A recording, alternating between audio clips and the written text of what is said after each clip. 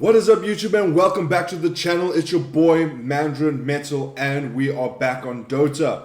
Today we're playing the Greek god of thunder, Zeus, and yes, hopefully after this game we do get calibrated. I think I am about one game out for being calibrated, and then we should be able to get our rank. We will be able to reveal it to the world. Let's hope for something good, or at least a decent rank, I guess.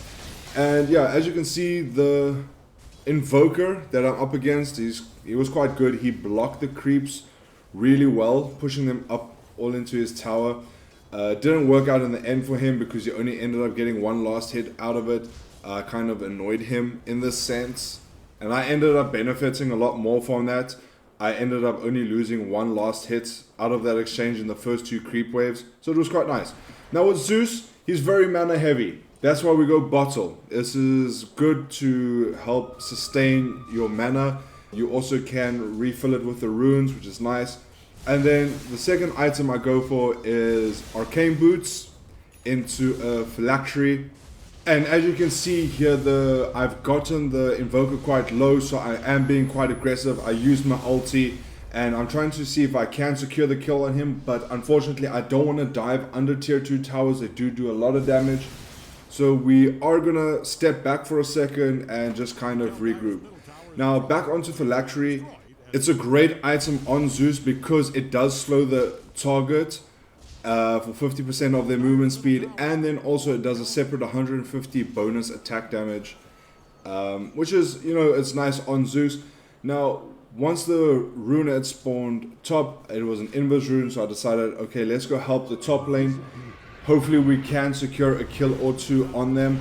And then as you can see, I used my ulti, but their Nature's Prophet does TP in, and we are going to go on him now. Myself and the Dawnbreaker are focusing on the Nature's Prophet. Our CK does go down, unfortunately, but we in turn do secure two of their kills. We couldn't catch the Ricky. He was a little bit too quick for us.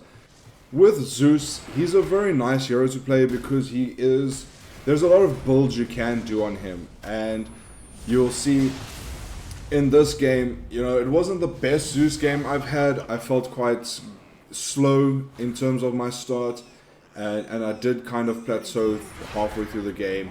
Our morphing did come back quite nicely with the CK. We had great communication within the team, which is something that you want in a ranked game. Like I said before, I do TP top because I wanted to help the top lane again, but I unfortunately TP to our outpost, so the TP was very, very long, and I want to also get the phylactery at this point, and then I'm going into an Aether Lens.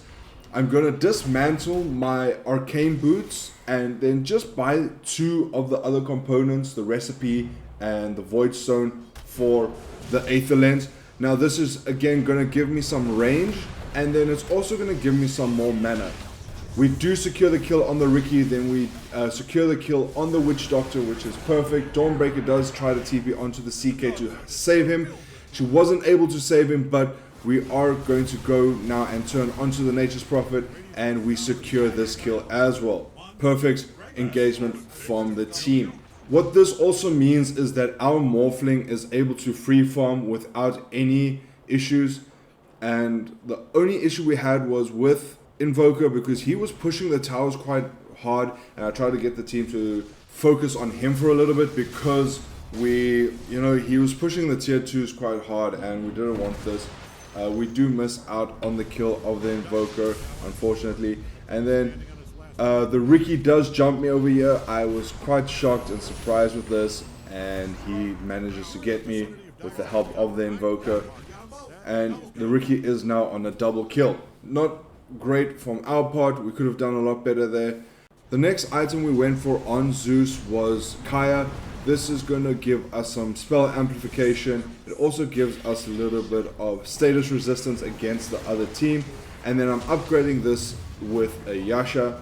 It's going to be a Kaya and Yasha. It's nice little sustain. And later on we can dismantle it and upgrade to other items. Keeping my boots locked at the moment. The mana sustain was alright. I kind of misjudged my play over here. I overstepped my boundaries, and I do pay for it. And you know, I can see the mistakes I made there. At the same time, the fights did feel quite disjointed at this moment because we weren't communicating quite well and we weren't fighting all together. We were trying to pick off one hero, but then they came back and their response was quite impeccable. Our Morphling does not throw his life away in this engagement, which is perfect. As you can see, the next couple of items that I went for is Boots of Travel. I dismantled the Kaya and Yasha to upgrade it to a Manta style. This is just going to help me with the Riki, the Witch Doctor, and also any silence that the Invoker does throw on me. Looking at this fight, we can see the fight was a little disjointed. We lost 3 of our own heroes. The CK came in a little late. I was hesitant engaging. We do manage to reclaim the Aegis. And as you can see, we are playing quite cautiously at this point. Being 3 heroes down, we don't want to feed any more kills to the opposition team. Now, trying to just help the CK as much as I can from where I'm standing, and we managed to disengage. One thing I forgot to mention is that with Manta, you can see I do have my shard. I ended up getting my shard from the Tormentor, and shard works very nicely with Manta style. It gives you a new ability called Lightning Hands, and what this does is you gain extra bonus attack range and creates arc lightnings that deal a percentage of its damage.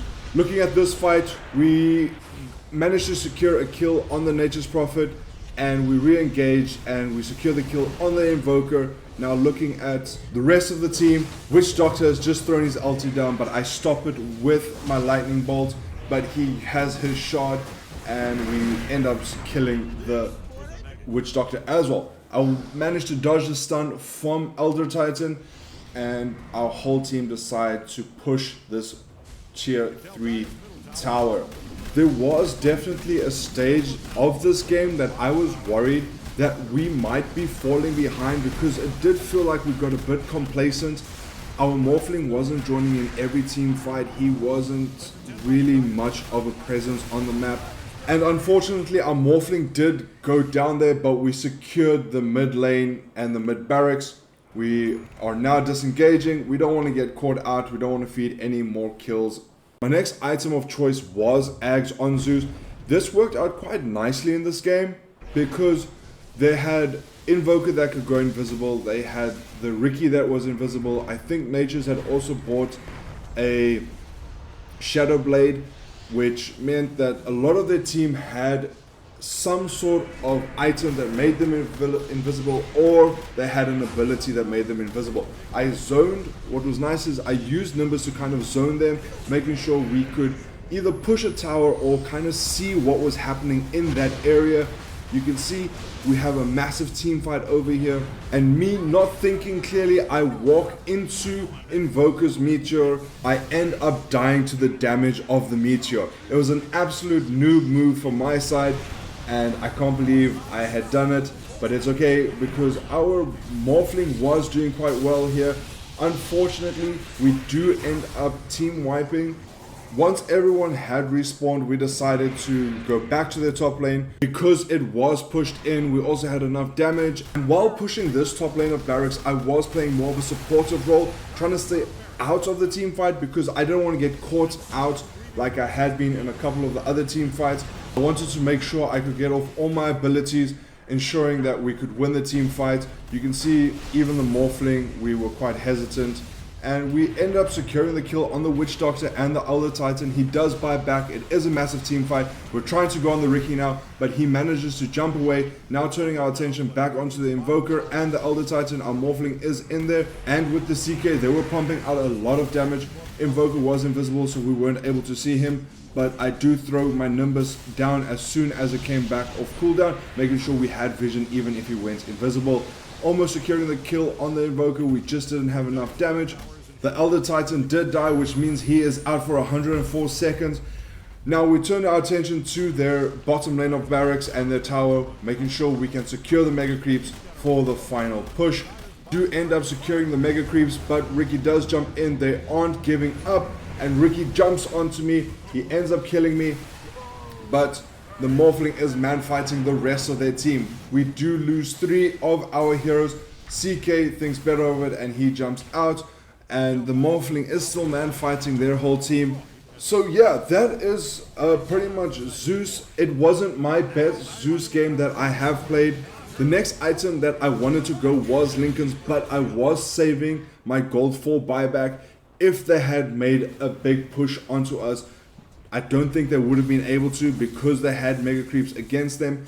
With most of their team dead and our team pushing quite hard, I do buy back in the final moments.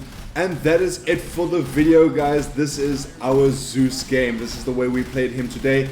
And our rank is going to be revealed at the end of this video. Leave a comment down below. Let me know what you thought of this video. Our rank is going to come up right now, guys. And we have achieved Crusader 4. Not a bad rank to start with. We are going to make a series out of it. But thank you so much for watching. Like, subscribe, and I'll see you all in the next one. Peace, guys. Cheers.